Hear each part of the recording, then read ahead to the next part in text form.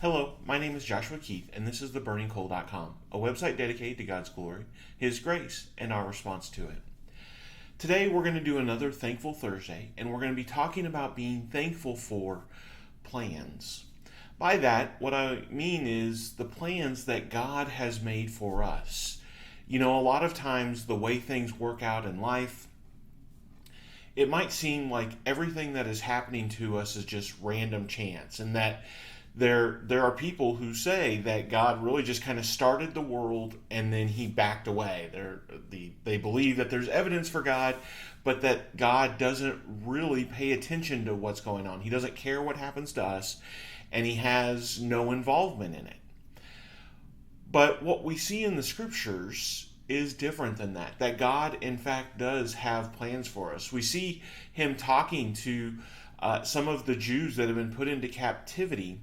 In Jeremiah 29:11, it says, "For I know the plans I have for you, declares the Lord, plans for welfare and not for evil, to give you a future and a hope."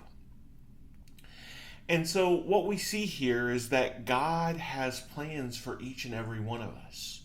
He wants us to know that he's involved, that he's pulling for us, that he's done all of these things to try to make us successful, including the sending of his own son.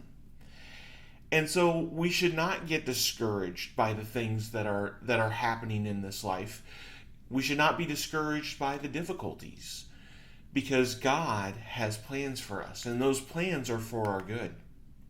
And so we really want to focus on that mindset of being thankful that God is involved with us, that God knows what you're going through. Even in the midst of the biggest heartbreak, God is there with you, and he's not letting you go through it alone.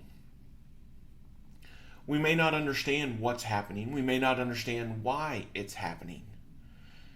And by this, we're not even saying that God is the one causing these things to happen. But what we are saying is that God has a plan for us, that God wants for things to go well for us. But then why do we have such difficulties? I do think it's telling that as God is telling the people this in Jeremiah, that they are dealing with captivity.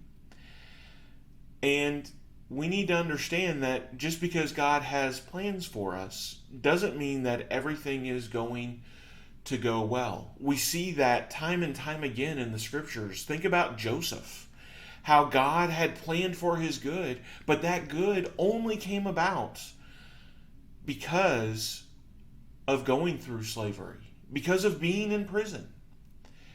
If Joseph had stayed with his brothers through all of those years that he spent in slavery and in prison, he never would have been accepted by Pharaoh. There would not have been the opportunity that was afforded to him through God's plan.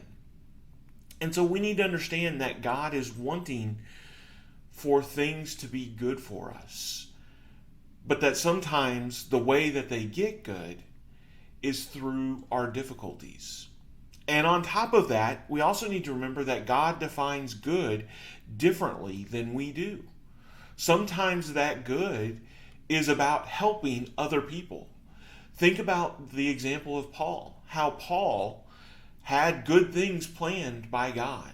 Think about all the people that Paul converted, all the wonderful joy that was brought to people who got to learn about Jesus Christ, who got to learn about Yahweh, because they never had, because Paul went to the Jews, but also to the Gentiles.